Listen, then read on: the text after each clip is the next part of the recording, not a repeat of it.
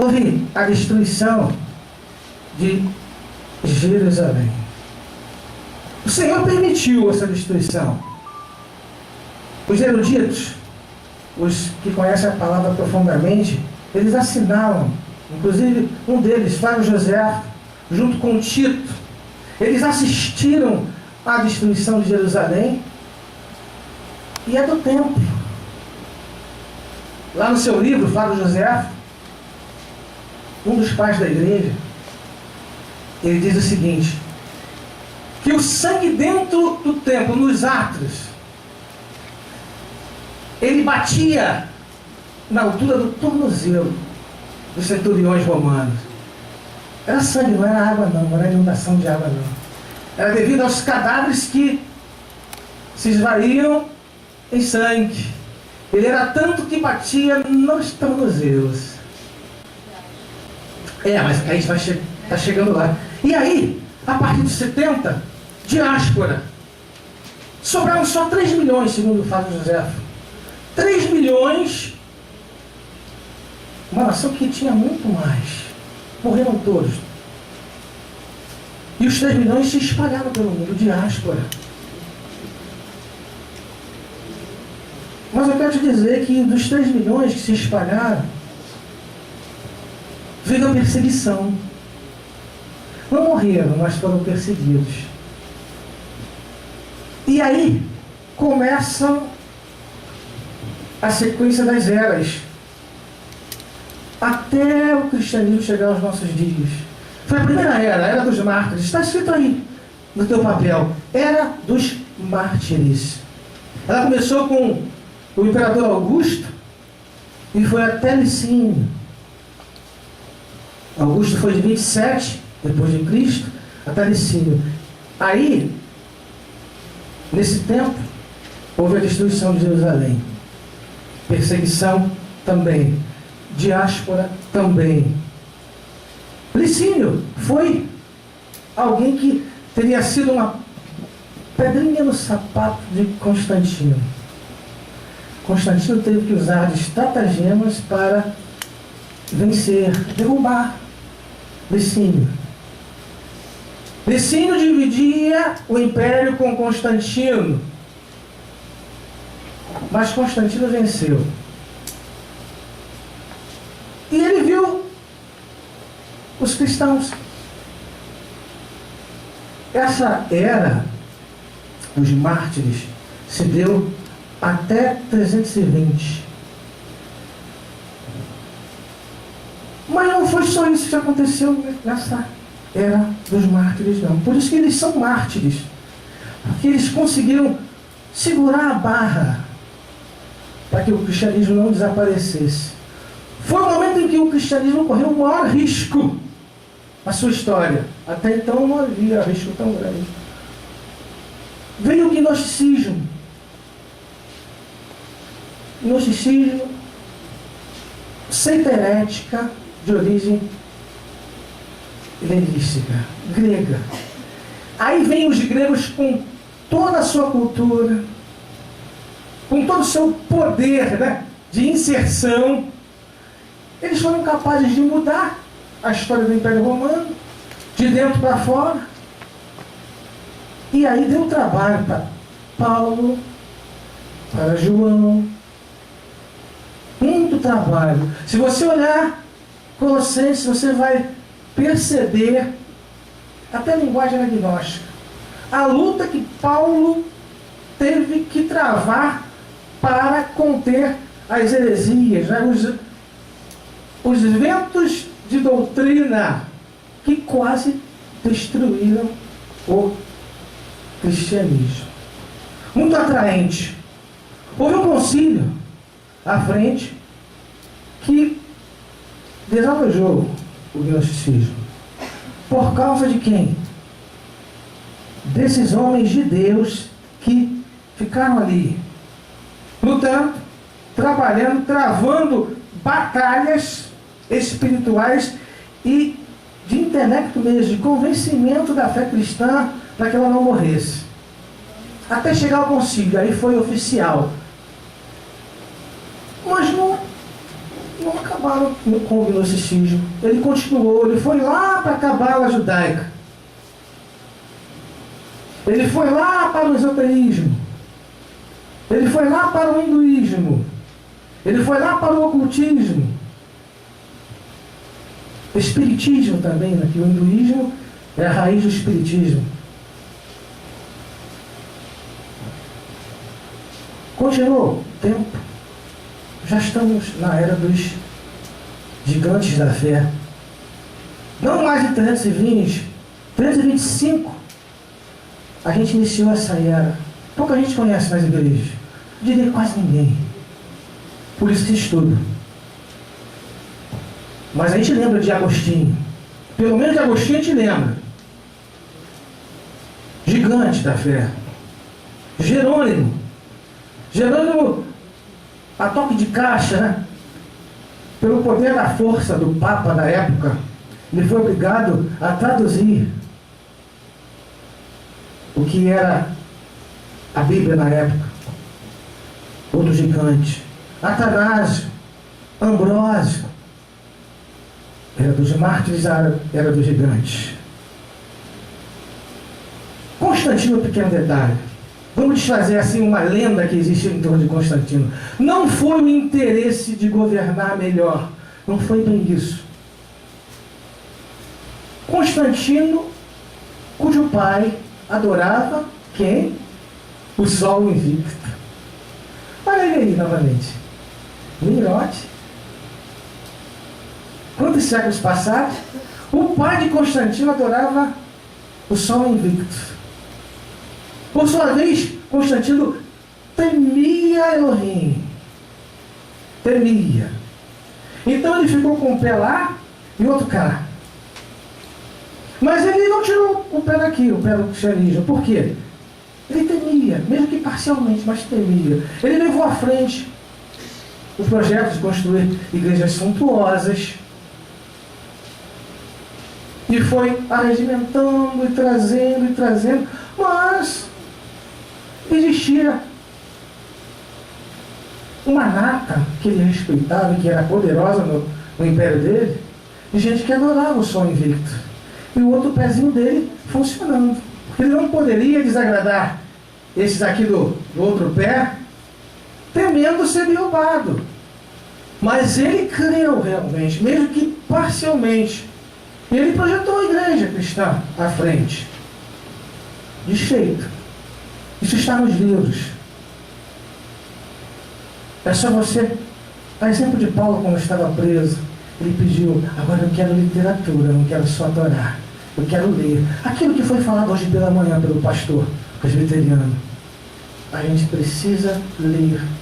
E ler a literatura certa, que vai embasar melhor a nossa fé, que vai fazer a gente crescer mais, se fortalecer e transmitir essa fé correta, um alinhamento que Deus quer para os demais. De Constantino até Lutero, vamos dar outro salto. 12 séculos. Ok? Como a gente fala coloquialmente, passou muita água por baixo da ponte em 12 séculos. Foram várias eras. Logo após a Era dos Gigantes, veio a Era dos Destinos, Era das Trevas. Você imagina logo o que aconteceu para ela ter esse nome, né? Era das Trevas. Era das brigas pelo papado, né? Dos concílios sangrentos, literalmente sangrentos, disputas de poder. Depois, a coisa em todos os eixos, mais ou menos, a Era dos Altos Ideais. Depois a Era dos Sonhos Frustrados.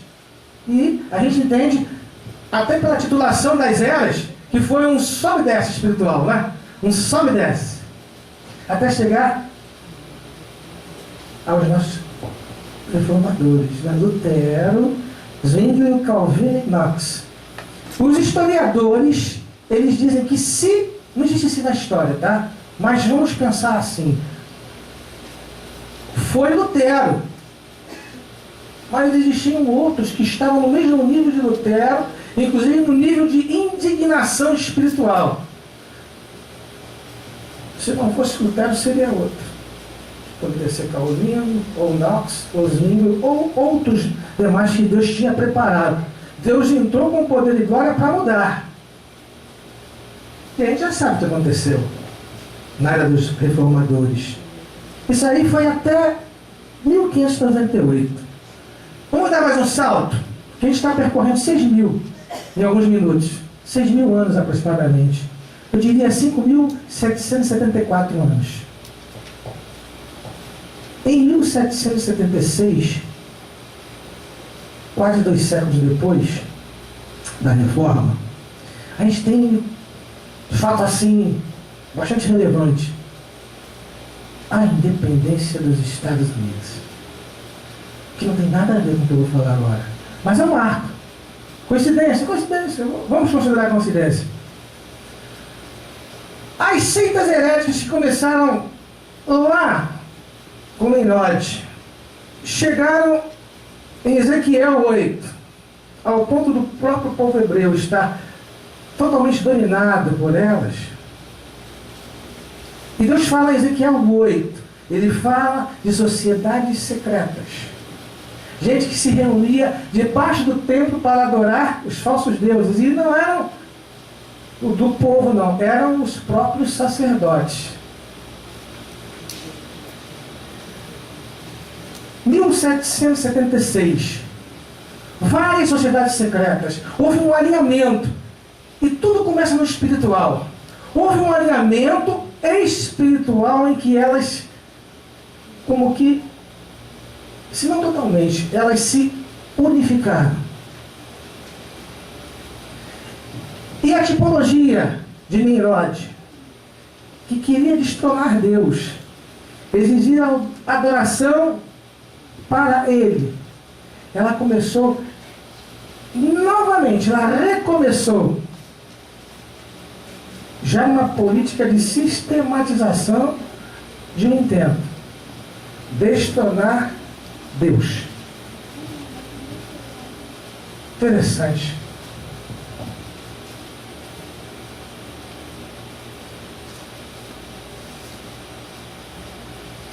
E aí nós tivemos outras eras.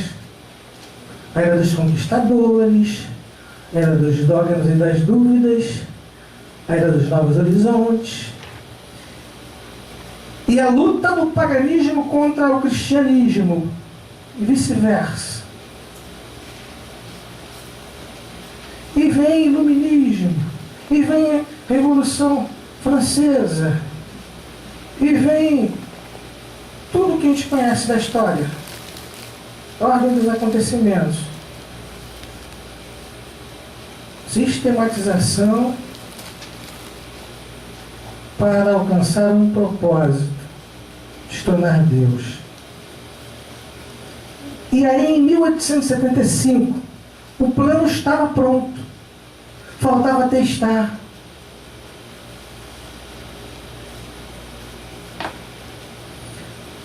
São tão poderosos, não é? Aqueles que vêm nutrindo o paganismo, que hoje o poder mundial está na mão de 13 famílias. Imagina embaixo alguém que manipula aqueles bonecos, né, que a gente conhece desde criança, marionete. Então, existe uma mão que representa 13 famílias no mundo inteiro, que manipulam todos os governos, todas as ideologias.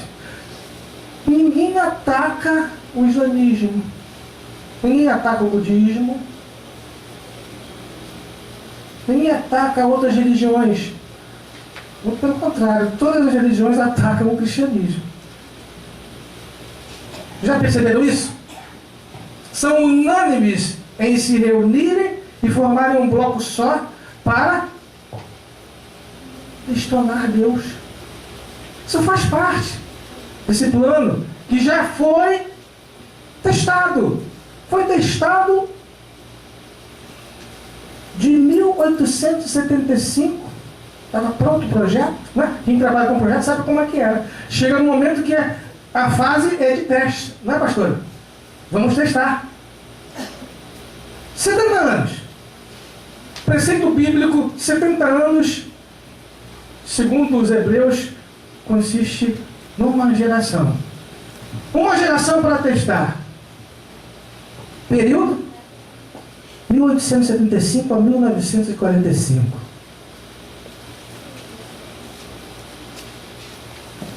Nesse período aconteceram coisas importantes para o mundo, não foi? O que aconteceu? Primeira e Segunda Guerra Mundial foram um teste. Simplesmente teste. Mas morreu gente. Foram um teste. É isso que o inimigo pensa. É isso que o inimigo faz. Marionete. O desejo maior. Dá um exemplo. Lenin, o déspota, né? Sanguinário. Ele dizia o seguinte: o meu sonho, a minha meta nesta vida é destronar Deus e implantar o comunismo ateu em toda a humanidade. 70 milhões. Desses 70 milhões, 3 milhões de judeus, mais cristãos católicos ortodoxos, russos, e mais cristãos evangélicos foram aniquilados no espaço de uma geração. Também. O ano 70 é interessante, né? Muita gente fala do nazismo, mas o comunismo matou muito mais gente. Mas foi teste. Só teste. Mas Deus, ele reage mais concretamente. Chegada a hora. E aí, eu te convido a abrir lá em Mateus 24. Como é um estudo, não é uma pregação, abre lá em Mateus 24. Quem pode ler para a gente de 32 a 34? Quem tiver a voz potente. Aprendei, pois, esta parábola da figueira. Quando já os seus ramos se encontram ternos e brotam folhas, sabei que está próximo o verão. Igualmente, quando virdes todas estas coisas, sabei que ele está próximo às portas. Em verdade vos digo que não passará esta geração sem que todas estas coisas aconteçam. Esta geração, 70 anos. Esta geração. O que aconteceu em 1948 de real importância para o povo hebreu? O solo de Israel. Isso. Estado de Israel. 18 séculos de diáspora, né? Diáspora foi o quê? Espalhados os 3 milhões que a gente falou há alguns minutos atrás. 18 séculos depois, Deus os reuniu. Deus começou a reuni-los em Israel novamente. Para quê? Para quê? Um acerto de contas, queridos.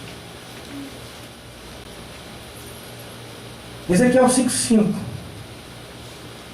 Deus estabeleceu não só geograficamente o marco zero para ele. Marco zero é o quê? É um ponto. A gente tem vários militares aí. Marco zero é um ponto onde você começa a medir uma distância, não é isso? Marco zero. O marco zero de Deus, quem pode abrir em Ezequiel? Ezequiel 5:5. E lê. Uma voz possante também. Assim diz o Senhor Deus: esta é Jerusalém, pula no meio das nações, terras que estão ao redor dela. Ok? É Deus que está falando. Ele colocou no meio das nações, mas o centro da atenção dele, o marco zero de Deus, não só o geográfico, para medir todas as distâncias, é a partir de Jerusalém. E serve para ir e serve para voltar. E quando eu digo voltar, é até um trocadilho, é voltar os olhos, voltar os olhares para Jerusalém. E aí, a gente desemboca nessas duas profecias. Ezequiel 38, 39 e Daniel 9, 20 e 27. E o meu tempo está quase esgotando, tem só mais uns 2 ou 3 minutos.